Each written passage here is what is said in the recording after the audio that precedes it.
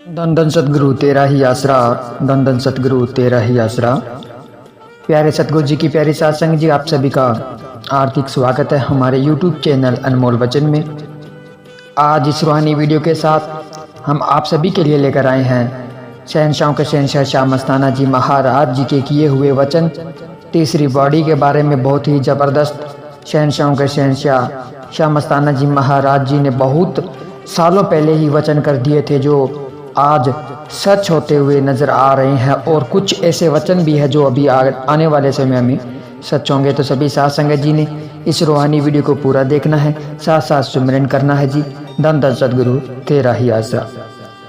वड्डी संगत ते दुनिया आई सी, गल बाडी वाली समझाई सी, पर समझ किसे नू आई सी, साखी नाल समझा के टुर चलिया।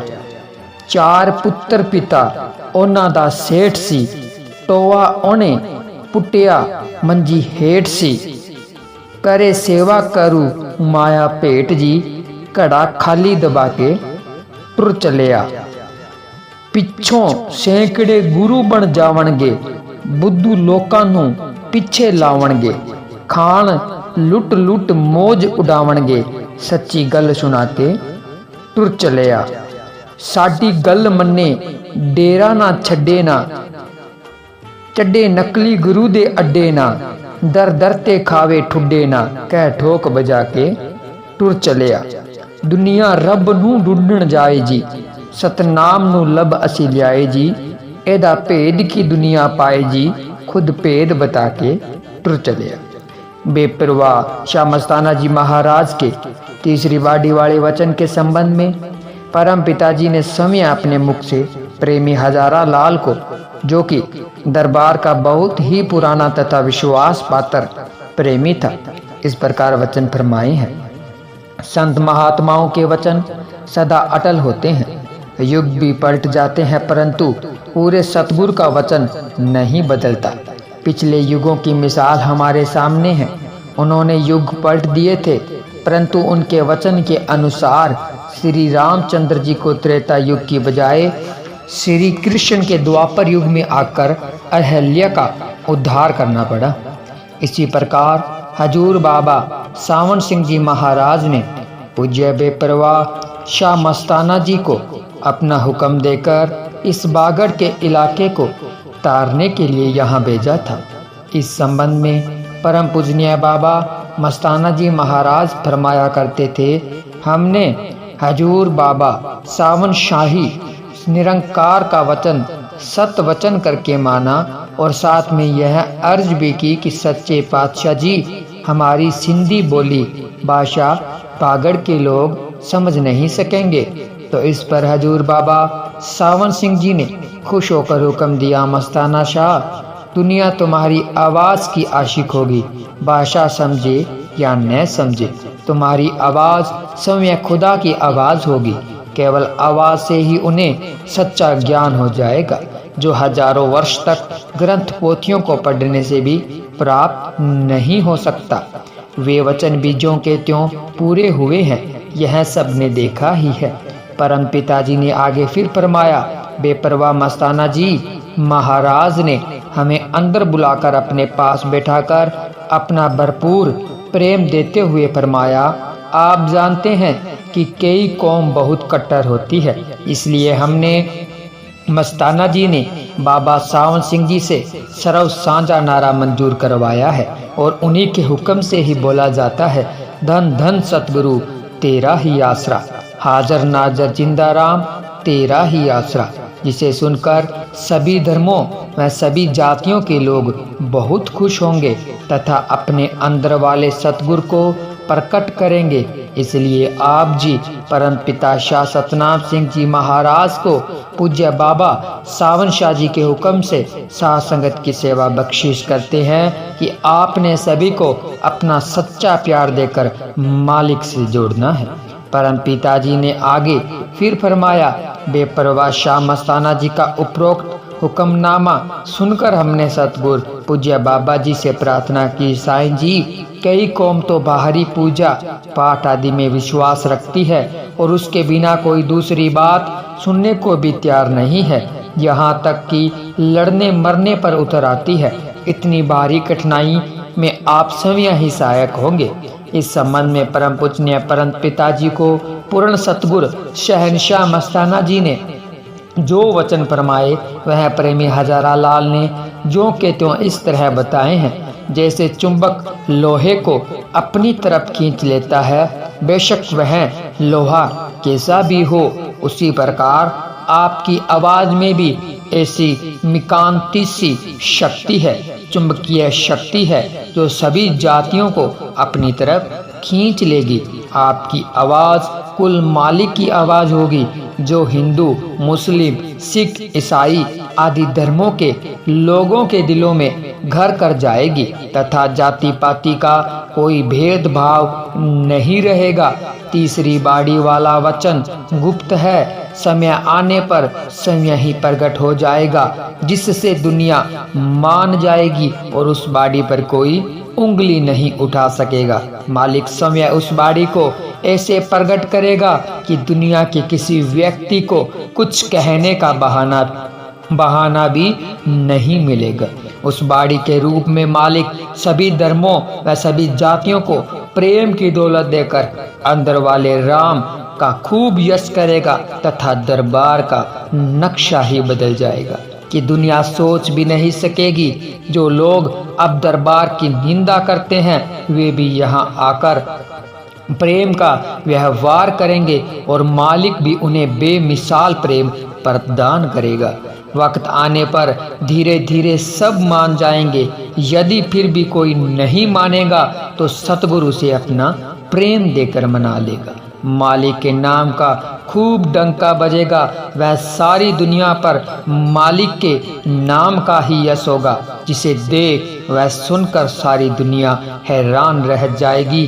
सारा काम सतगुरु जी स्वयं करेंगे। उनके हाथ बहुत लंबे हैं, चिंता फिक्र करने की कोई बात नहीं। सतगुरु सर्व समार्थ, सर्व शक्तिमान तथा सर्वव्यापक है। धन धन सतगुरु तेरा ही आसरा। धन धन सतगुरु तेरा ही आसरा। सत ब्रह्मचारी सेवादार लेखराम, गांव मलकपुरा, जिला सरसा से कुल मालिक की अपार महिमा का एक वृतांत इस प्रकार बयान करता है। सन 1964 में पूज्य परम पिताजी मेरे गांव मलकपुरा में जब दूसरी बार सत्संग करने गए तो मैंने पहले से ही किए फैसले के अनुसार अपने छोटे लड़के को दरबार में सत ब्रह्मचारी सेवादार रख लेने के लिए प्रार्थना कर दी। पूज्य परम पिताजी का उतारा भी हमारे घर पर ही था, क्योंकि मैं दरबार का एक पुराना सत्संगी व सेवादार था। मेरे 2 लड़के हैं। बड़े का नाम पृथ्वीराम है, जो उस समय 8वीं कक्षा में पढ़ता था, और छोटा लड़का 4थी में था। मैंने अपने घर में कुछ दिन पहले ही विचार पक्का कर लिया था कि वह अपने छोटे लड़के को दरबार में सत ब्रह्मचारी सेवादार रखने के लिए परम पिताजी के चरणों में प्रार्थना करेगा और बड़ा लड़का घर का कारोबार संभाल लेगा। इस प्रकार घर की जिम्मेवारियों से बेफिक्र होकर मैं खुद भी दरबार में रहकर सेवा व भजन सुमरन करूंगा। इसी उद्देश्य से मैंने पूज्य परम पिताजी की हजूरी में यह प्रार्थना की थी। कुल मालिक तो आगे पीछे की सब जानते हैं। अपने जीव के लिए क्या ठीक है व क्या गलत है आदि सब बातें मालिक के सामने होती है, क्योंकि वह 2 जहानों के मालिक हैं। संत जन फिर भी जीव को दिलासा देते हैं। पूज्य शहनशाह जी ने मुस्कुराते हुए फरमाया, भाई काम करने वाला तो घर पर रखते हो और दूध पीने वाले बच्चे को दरबार में सत ब्रह्मचारी सेवादार बनाते हो।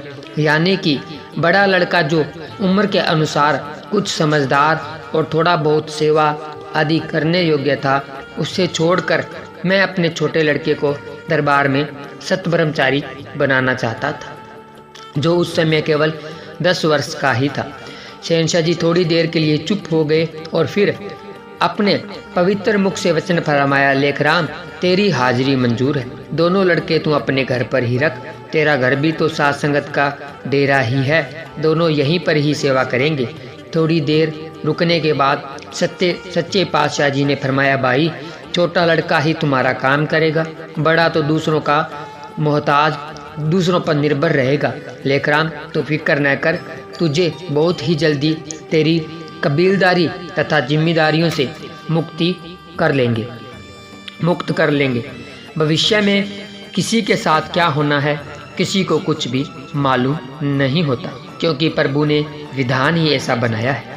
संत वचन तो टल ही नहीं सकता, चाहे खंड ब्रह्मांड सब उल्ट पुल्ट हो जाए, क्योंकि पूर्ण संत महात्माओं के वचन तो सत्य ही रहते हैं। मेरा बड़ा लड़का जो कॉलेज में पढ़ने के लिए किसी दूसरे शहर में गया हुआ था, बीए की डिग्री लेकर जब अपने घर पहुंचा तो कुछ ही दिनों बाद अचानक उसकी आंखों की ज्योति जाती रही, जिससे वह दूसरों का मोहताज बनकर रह गया, क्योंकि कुल मालिक का वचन था कि वह तो दूसरों पर ही निर्भर रहेगा। सचमुच वह दूसरों पर ही निर्भर हो गया। शुरू में तो 1-2 डॉक्टरों की सलाह ली, पर किसी की समझ में नहीं आया, तो मैं अपने लड़के को लेकर यहाँ दरबार में पूज्य शहंशाह जी की हजूरी में पेश हो गया। फल तो जीव के अपने ही किए कर्मों का होता है, परंतु पूरा सतगुरु अपने सत्संगी के किसी भी भारी से भारी कष्ट को थोड़े में ही भुगतवा देता है। पूरे सतगुरु की सबसे बड़ी यह महानता है कि जो जीव को उसके कष्ट का अनुभव भी नहीं होने देता, वह उसे दुख महसूस तक भी नहीं होने देता। दयालु कुल मालिक ने मेरी प्रार्थना सुनी और हुक्म फरमाया, भाई लेखराम, बच्चे का किसी अच्छे से अच्छे डॉक्टर से इलाज करवाओ, फिक्र करने की कोई ज़रूरत नहीं है। मुझको इस बात का तो विश्वास हो गया कि मेरे लड़के का बाल भी बांका नहीं हो सकता, परंतु उसके कर्मों में जो थोड़ी बहुत दुख तकलीफ थी अथवा किसी से लेने देने का जो हिसाब किताब था, वह तो कुल मालिक ने किसी न किसी बहाने पूरा करवाना ही था। अपने सतगुरु कुल मालिक के हुक्म अनुसार मैंने अपने लड़के का अच्छे से अच्छे डॉक्टर से इलाज करवाया। मैं अपने बेटे को यूपी स्टेट के सीतापुर शहर के आंखों में एक बड़े अस्पताल में भी लेकर गया। वहां पर उसका कई महीने लगातार इलाज चलता रहा। लड़के की आंखों में करीब डॉक्टरों ने 350 टीके लगा दिए थे, परंतु फिर भी मुझको वहां से निराशा ही लौटना पड़ा, क्योंकि मेरे बेटे की आंखों की ज्योति ज्यों की त्यों ही बनी हुई थी। इसके बाद मैंने अपने बेटे को और भी कई डॉक्टरों के पास दिखाया, परंतु सभी ने यही जवाब दिया कि इसकी आंख की ज्योति जाती रही है, अब वापस नहीं आ सकती। अंत में थक हार कर फिर पूज्य परम पिताजी के पास दरबार में आ गया और कुल मालिक के चरणों में बैठकर अपनी बेबसी व मजबूरी प्रार्थना के रूप में प्रकट की। रहमतों के भंडार दया के पुंज सतगुरु परम पिताजी ने मुझे धैर्य बंधवाया और फरमाया, भाई लेखराम, कोई बात नहीं, यदि उन डॉक्टरों ने जवाब दे दिया तो क्या हुआ, आपका असली डॉक्टर बेपरवाह सतगुरु मस्ताना जी तुम्हें कहीं भी कभी भी जवाब नहीं देगा। इसके साथ ही सर्वसमर्थ दातार जी ने मुझको आंखों में डालने वाली दवाई की एक शीशी देते हुए हुक्म फरमाया, भाई यह दवाई हर रोज लड़के की आंखों में डाल दिया करो और आंखों पर रंगदार चश्मे लगा कर रखा करो। अब तुम्हें और कहीं भी जाने की जरूरत नहीं है। कुल मालिक बेपरवाह मस्ताना जी की मेहर से लड़के की आंखें जल्दी ठीक हो जाएगी, घबराने की कोई बात नहीं है। मेरे यह प्रार्थना करने पर कि मेरा लड़का पृथ्वीराम कोई काम धंधा अथवा नौकरी आदि तो कर नहीं सकता, इस संबंध में पूज्य शहंशाह जी ने फरमाया, भाई इसे नौकरी की क्या जरूरत है, इसके आगे तो कई नौकर काम किया करेंगे। परम पिताजी के हुक्म से रोजाना दवाएं डालने तथा आंखों पर रंगदार चश्मा चढ़ाए रखने से मेरे बेटे की आंखें दिनों में ही ठीक हो गई। कुछ दिनों बाद उसने फरीदाबाद शहर में एक फैक्ट्री लगा ली। परम पिताजी वालिदो जहान कुल मालिक के हुक्म अनुसार वह तो केवल फैक्ट्री की देखभाल करता, बाकी सारा काम तो उसके नौकर ही करते हैं।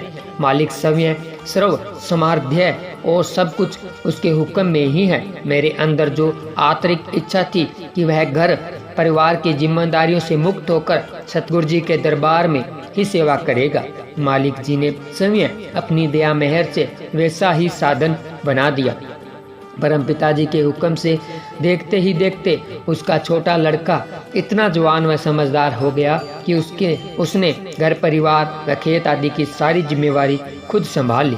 कुल मालिक ने अपनी कृपा से मुझको मेरे परिवार की जिम्मेवारियों से बहुत जल्दी आज़ाद करवा दिया और अपने दरबार का पक्का सेवादार, सत ब्रह्मचरी सेवादार बना लिया। अब मैं मालिक के हुक्म में रहकर सच्ची हार्दिक भावना से दरबार की सेवा करता हूँ। बाकी समय भजन सुमरन में लगाकर अपने जीवन को सफल बना रहा हूँ।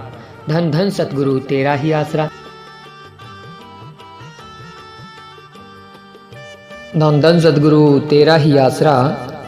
मास्टर बाबू सिंह गांव शकूर जिला फिरोजपुर अपने प्यारे प्रीतम दयालु दातार जी की अपार रहमत का वर्णन इस प्रकार बयान करता है। दिनांक 28 फरवरी 1992 को मैंने अपने परिवार सहित श्री मुक्तसर साहिब से गांव जंग जाना था। श्री मुक्तसर साहिब से बस करीब 3:30 बजे चली, जो कि लगभग 4:30 बजे जलालाबाद पहुंची। उन दिनों पंजाब में बिगड़े हुए हालातों के कारण इस इलाके में शाम को 4-4:30 बजे के बाद बस या कोई और साधन मिलना असंभव था। इसलिए हमने रेलगाड़ी में जाने का विचार बना लिया। जलालाबाद से फिरोजपुर को जाने वाली गाड़ी भी करीब 4:30 बजे ही चला करती थी। जब हमारी बस जलालाबाद के रेलवे फाटक पर पहुंची तो रेलगाड़ी भी रेलवे स्टेशन पर पहुंच गई। अगली बस तो मिलनी ही नहीं थी, इसलिए हम रेलवे फाटक पर उतर गए और गाड़ी पकड़ने के लिए दौड़ना शुरू कर दिया। हम अभी फाटक से रेलवे स्टेशन की तरफ बीच की दूरी करीब 1 किलोमीटर की थी। थोड़ी दूर तक ही भागे थे कि इंजन ने सीटी मार दी। मैंने और तेजी से दौड़ना शुरू कर दिया, परंतु परिवार वाले काफ़ी पीछे रह गए। मैंने उन्हें भी तेज दौड़ने के लिए कहा, लेकिन वे कितना दौड़ते। पत्नी और छोटे छोटे बच्चे थे। बात यह थी कि गाड़ी छूट जाने पर हमारे लिए बहुत भारी मुश्किल खड़ी हो जाती, क्योंकि उसके बाद न तो कोई बस आदि जानी थी और न ही किसी रेलगाड़ी का ही समय निर्धारित था। जलालाबाद में हमारी जान पहचान का मित्र दोस्त या कोई रिश्तेदार भी नहीं था जिनके यहाँ रहकर रात काट लेते। इसलिए हमारी यही कोशिश थी कि अगर किसी तरह रेलगाड़ी मिल जाए तो ठीक है। इतने में इंजन ने दूसरी सीटी मार दी। भाव की ड्राइवर गाड़ी चलाने को तैयार है। सिग्नल और टोकन भी मिल गया और गार्ड की अनुमति की इंतजार है। गार्ड ने भी सीटी बजा दी। मैंने और तेजी से दौड़ना शुरू कर दिया और बच्चों को कहा कि वे भी तेज दौड़े, परंतु गाड़ी पकड़ना बिल्कुल ही असंभव था और कोई रास्ता न देकर मैंने अपने प्यारे दातार जी के पवित्र चरणों में सच्चे हृदय से धन धन सतगुरु तेरा ही आसरा का नारा बोलकर यह अर्ज की, अच्छा पिताजी, जैसा आप जी को मंजूर। इसके साथ ही अपनी कोशिश और तेज कर दी। दूसरे ही पल मैंने इस बात का बहुत भारी पश्चाताप हुआ कि मुझे इस मामूली सी बात के लिए अपने मुर्शिद को अरदास नहीं करनी चाहिए थी और नारा नहीं बोलना चाहिए था। मैं अंदर से अपने आप को बराबर कोस भी रहा था कि गाड़ी को रोकने के लिए धन धन सतगुरु तेरा ही आसरा नारा बोलकर मैंने अपने सतगुरु को बेवजह तकलीफ पहुंचाई है, क्योंकि पूजनीय हजूर पिताजी के पवित्र मुख के वचन है कि जो भी जीव सच्चे हृदय से मालिक रूप अपने सतगुरु को याद करता है तो मालिक को भी उस जीव की सहायता के लिए आना पड़ता है, भले ही वह जीव कहाँ भी है। मालिक को याद करने की ही देर थी कि सर्व समाज दातार जी खुद पीछे से एक साइकिल सवार के रूप में आए और मुझे यह कहकर रेलवे प्लेटफार्म की ओर बढ़ गए कि आप लोग आराम से आए, हम जाकर गाड़ी को रुकवाते हैं। गाड़ी पहले ही कुछ लेट थी और पल पल लेट होते देखकर ड्राइवर गाड़ी के गार्ड की अनुमति लेने के उद्देश्य से हॉर्न पर हॉर्न बजाए जा रहा था। इधर गाड़ी से न कोई माल उतारा जा रहा था और न ही कोई चढ़ाया जा रहा था। फिर भी गार्ड साहब चाहते हुए भी हाथ में पकड़ी हुई हरी झंडी को हिलाकर गाड़ी चलने की अनुमति नहीं दे पा रहा था। लोग भी हैरान थे और कुछ लोग शायद इस बात से खफा भी हुए कि गाड़ी को बिना किसी कारण से यहाँ पर क्यों रोक रखा है। वास्तव में बात यह थी कि कुल मालिक सतगुरु की महान अज्ञात शक्ति ने मानो गार्ड के हाथ से झंडी लेकर खुद अपने पवित्र कर कमलों में ले ली हो।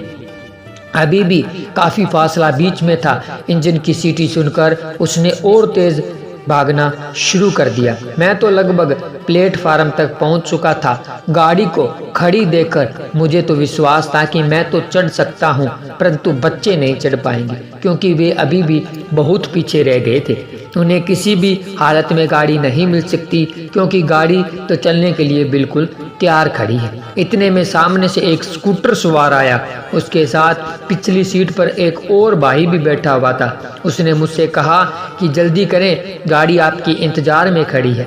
इस पर मैंने उनसे विनम्रता से कहा कि मैं तो लगभग प्लेटफार्म पर पहुंच ही गया हूं, लेकिन बच्चे अभी काफी पीछे आ रहे हैं। अगर आप उनकी मदद कर दें और उन्हें स्कूटर पर चढ़ा लाएं तो आपकी बहुत मेहरबानी होगी।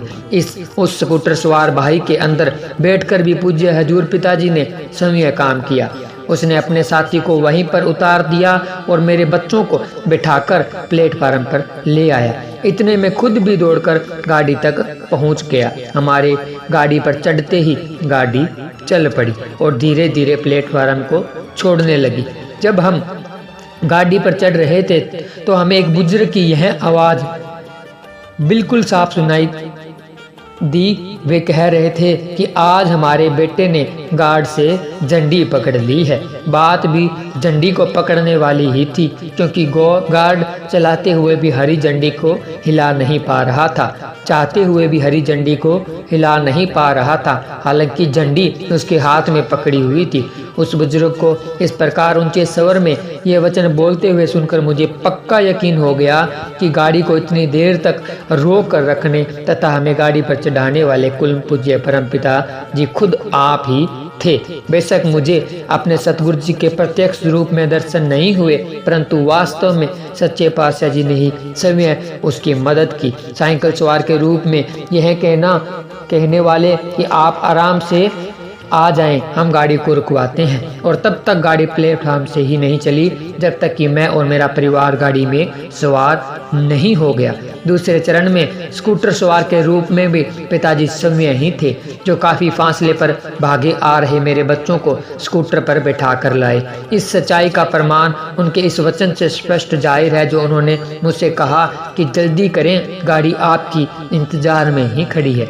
तीसरे चरण में तो प्यारे दातार जी ने सच्चाई को बिल्कुल स्पष्ट कर दिया कि गाड़ी के गार्ड को हरी झंडी हिलाने ही नहीं दी। हालांकि ड्राइवर सीटी पर सीटी दिए जा रहा था। गाड़ी में सवार हो जाने पर अपने प्रीतम प्यारे के इस महान पर उपकार को प्रत्यक्ष देखकर मेरा मन भर आया। मेरी आंखों में अपने प्यारे दातार जी के प्यार में खुशी में विराग्य के आंसू भर आए। मुझे अंदर से ऐसा महसूस हुआ जिसने पूजनीय हजूर पिताजी कह रहे हो, बेटा तू कौन सा हमें यह कर नारा लगाया था कि हे सतगुरु, यदि हमें गाड़ी पर चढ़ाएं तो माने।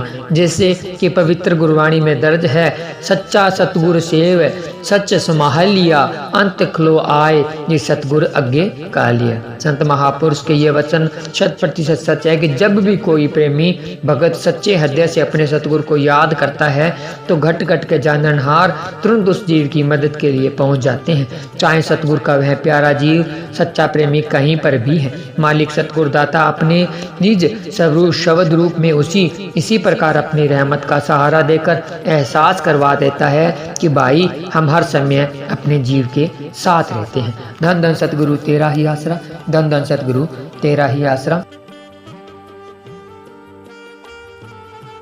धन धन सतगुरु तेरा ही आसरा, धन धन सतगुरु तेरा ही आसरा।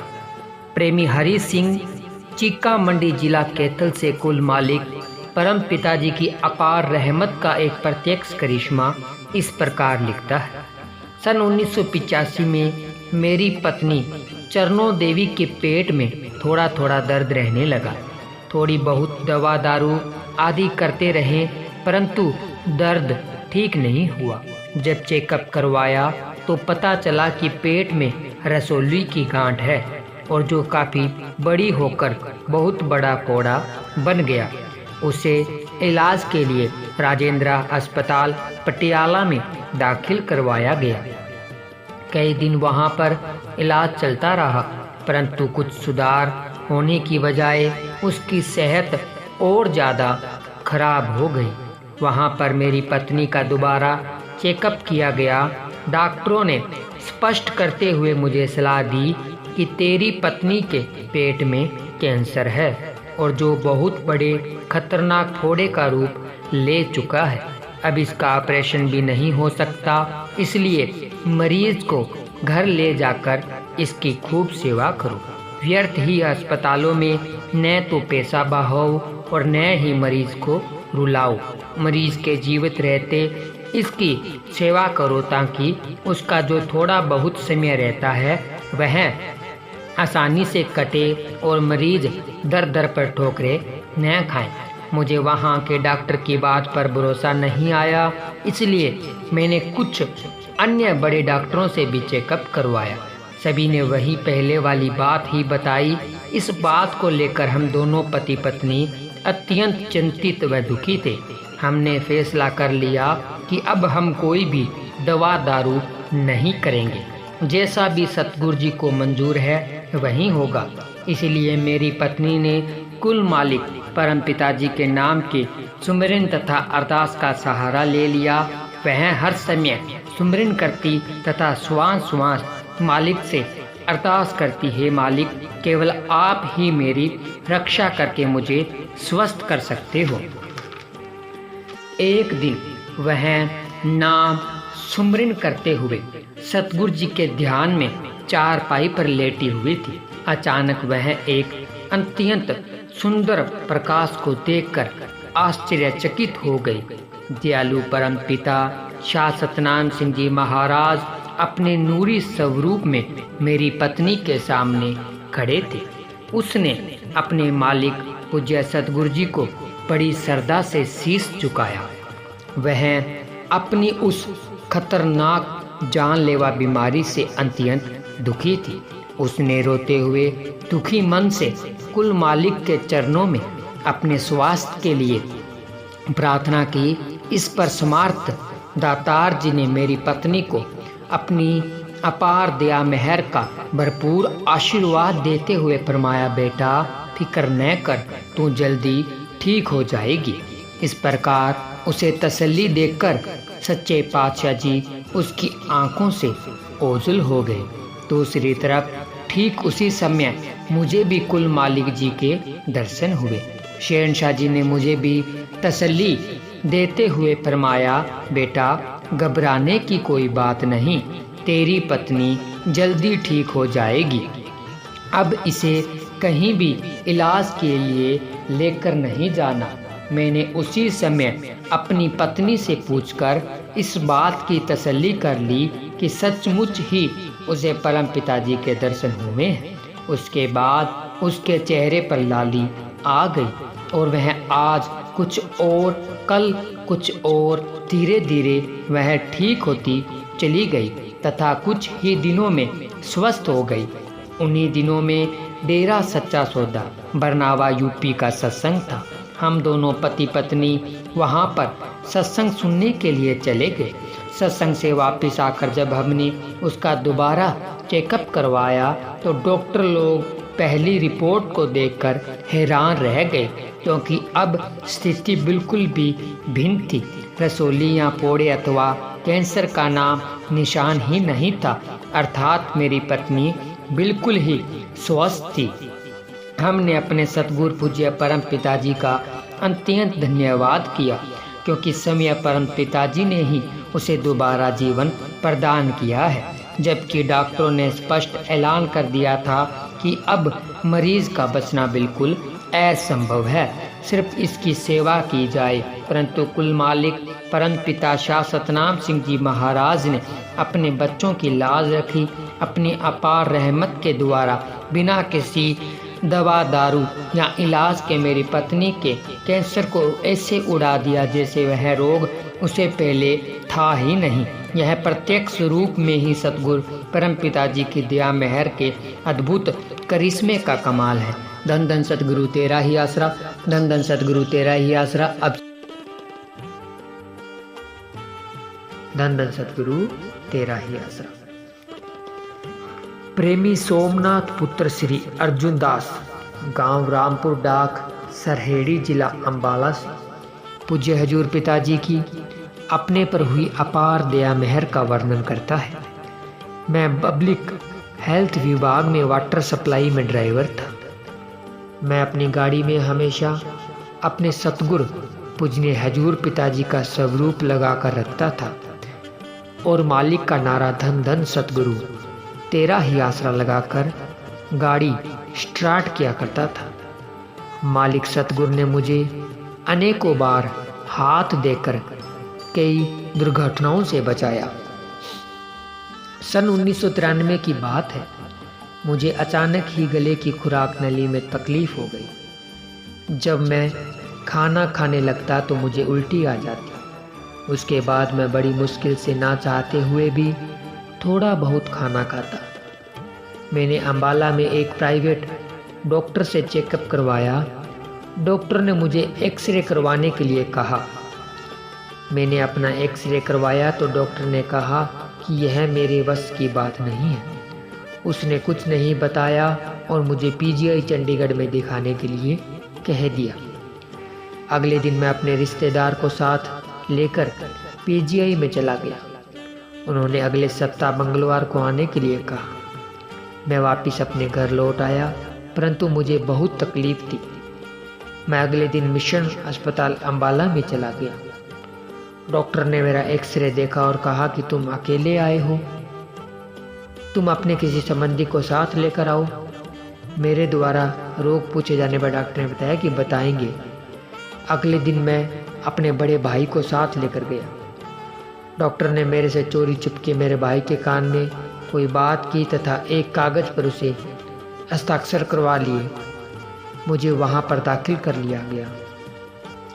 मुझे बेहोश करके मेरी खुराक वाली नली में से कुछ अंश या मांस का एक टुकड़ा लिया गया तथा चेक करवाने के लिए सीएमसी लुधियाना में भेज दिया गया। जब रिपोर्ट आई तो डॉक्टरों ने मेरे संबंधियों को बताया कि उसकी खुराक नली में कैंसर है। मिशन अस्पताल के डॉक्टरों ने मुझे सीएमसी लुधियाना में भेज दिया। उन्होंने मेरे सभी प्रकार के टेस्ट लिए। उन्होंने भी यही कहा कि उसकी खुराक नली में कैंसर है। मुझे ऐसी दवाइयाँ दी गई तथा अनेक बार सेक लगाई गई, जिससे मैं सूख कर कांटे जैसा हो गया।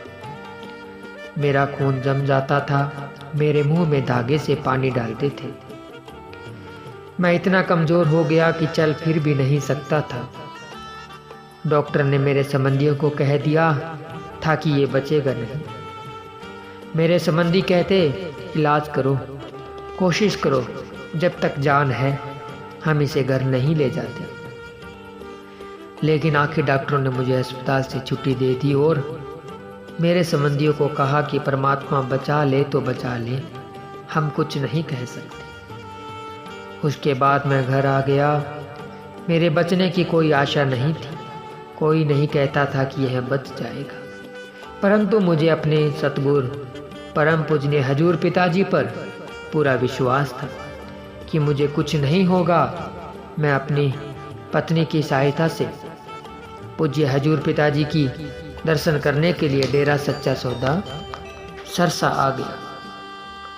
जब दरबार में पहुंचा तो मुझे ऐसे लगा जैसे कोई नई ताकत मिल गई हो। हम पूज्य हजूर पिताजी से मिले। पूज्य पिताजी ने वचन फरमाया, जहाँ से दवाई खाई है वहाँ चेकअप कराते रहना। यहाँ दरबार से भी दवाई ले जाओ। आधा पौना घंटा सुमरन करके ही दवाई लेनी है। पूज्य पिताजी ने अपनी पावन दृष्टि वाला प्रसाद भी दिया। उससे पहले मैं कुछ नहीं खाता था, केवल दवाइयों पर ही निर्भर था। पर मालिक की रहमत से मैंने वो सारा प्रसाद खा लिया तथा धीरे धीरे सब कुछ खाने लगा। मैं डेरा सच्चा सौदा से दवाई ले जाता तथा सुमरन करके दवाई खाता। कुछ दिनों में ही मैं बिल्कुल तंदुरुस्त हो गया। मैं पूज्य पिताजी के वचनों तथा उनकी दृष्टि से पहले ही ठीक हो गया था, फिर भी मैंने डेरा सच्चा सौदा से 3-4 महीनों तक दवाई खाई। पूज्य हजूर पिताजी के वचनानुसार मैंने सीएमसी में चेकअप करवाया। उसके बाद मैं 1 साल के उपरांत सीएमसी में गया। डॉक्टर ने मुझे 3 महीने बाद आकर चेकअप करवाने को कहा था, परंतु मैं लगभग 1 साल के बाद वहाँ पर गया। डॉक्टर साहिबानों ने पूछा कि कहाँ से दवाई खाता है। मैंने कहा कि मैं डेरा सच्चा सौदा जाता हूँ, वहाँ से दवाई खाता हूँ और पूज्य हजूर पिताजी की पावन दया दृष्टि वाला प्रसाद लिया है। डॉक्टर बोला कि अब तू बिल्कुल ठीक है, तेरे साथ वाले तो सब चले गए, तू एक ही बचा है। जब डॉक्टर मुझे इसे बोल रहे थे तो उस समय मैं अपने सतगुरु का शुक्राना कर रहा था, जिन्होंने मुझे नई जिंदगी दी है। अब मैं बिल्कुल स्वस्थ हूँ और पूज्य हजूर पिताजी की दिशा निर्देश अनुसार मानवता की सेवा में जितना संभव हो पाता है समय लगाता हूँ। हम सारा परिवार पूज्य पिताजी के चरणों में यही प्रार्थना करते हैं कि हमें अपने चरणों में लगाए रखना तथा हमारी ओर निभ जाएगी। जो जीव अपने सद्गुरु के वचनों को मान लेता है उसका लोक परलोक सुखमय हो जाता है। उसके पहाड़ जितने बड़े कर्म भी कंकर हो जाते हैं। जीव अपने सतगुरु के उपकारों का बदला कभी भी नहीं चुका सकता। धन धन सतगुरु तेरा ही आसरा, धन धन सतगुरु तेरा ही आसरा। तो प्यारे सतगुरु जी की प्यारी साधुसंग जी आप जी को सुनाया कि रूहानियत से भरा हुआ चमत्कार की किस तरह से कैंसर जैसे भयानक रोग को शहंशाह जी ने ख़त्म कर दिया और एक नई जिंदगी बख्श दी। कि डॉक्टरों ने जब कह दिया था कि हमारे बस से बाहर है, भगवान बचाए तो बचाए, तो वो उस समय डेरा सच्चा सौदा में गए। उन्होंने डेरा सच्चा सौदा से नामदान लिया हुआ था और उसे अपने सतगुरु के ऊपर दृढ़ विश्वास था। जब डॉक्टरों ने ये बात कही कि भगवान बचाए तो बचाए और सतगुरु जी ने उन्हें बचा लिया, तो हमने जो आपको शुरुआत में कहा था कि खुद खुदा है संत गुरमीत राम रहीम सिंह जी इंसान, तो ये साबित करके हमने आपको दिखा दिया कि देखिए किस तरह से डॉक्टरों ने कहा कि भगवान बचाए तो बचाए और शहंशाह जी ने उपकार करके उन्हें बचा लिया। तो भगवान स्वरूप नहीं हो गए, खुद खुदा नहीं हो गए, कुल मालिक हो गए ना। तो हमारे लिए तो पूज्य गुरु जी खुद खुदा थे, खुद खुदा है और खुद खुदा भगवान ही रहेंगे, क्योंकि हम जो डेरा सच्चा सौदा के साथ जुड़ा हुआ है, जिन्होंने डेरा सच्चा सौदा से नामदान लिया हो, जिन्हें सतगुरु के ऊपर दृढ़ विश्वास है, उनके साथ कदम कदम पर चमत्कार होते हैं। ऐसे जो भाई कैंसर के रोग से मुक्त हुए हैं वो 1-2 नहीं है, सैकड़ों हजारों में बैठे हैं। और छोटे मोटे चमत्कार, छोटे मोटे रोग तो पलों में चुटकियों में काट लेते हैं सतगुरु के वचनों पर चलकर। तो हमारे लिए तो सतगुरु जी से बड़ा कोई और नहीं है इस दुनिया में। हम तो अपने सतगुरु को ही खुद खुदा मानते हैं और मानते रहेंगे। तो प्यारे सतगुरु जी की प्यारी साथ संगत जी, आप जी को ये रूहानियत से भरा हुआ करिश्मा कैसा लगा कमेंट कर जरूर बताएं। और अगर अभी तक आपने हमारे YouTube चैनल को सब्सक्राइब नहीं किया है तो चैनल को सब्सक्राइब करें, क्योंकि हम इसी तरह के रूहानियत से भरे हुए वीडियो आपके लिए लेकर आते रहते हैं। तो मिलते हैं जल्दी एक और रूहानियत से भरे हुए वीडियो के साथ। तब तक के लिए धन्यवाद। धन धन सतगुरु तेरा ही आसरा, धन धन सतगुरु तेरा ही आसरा।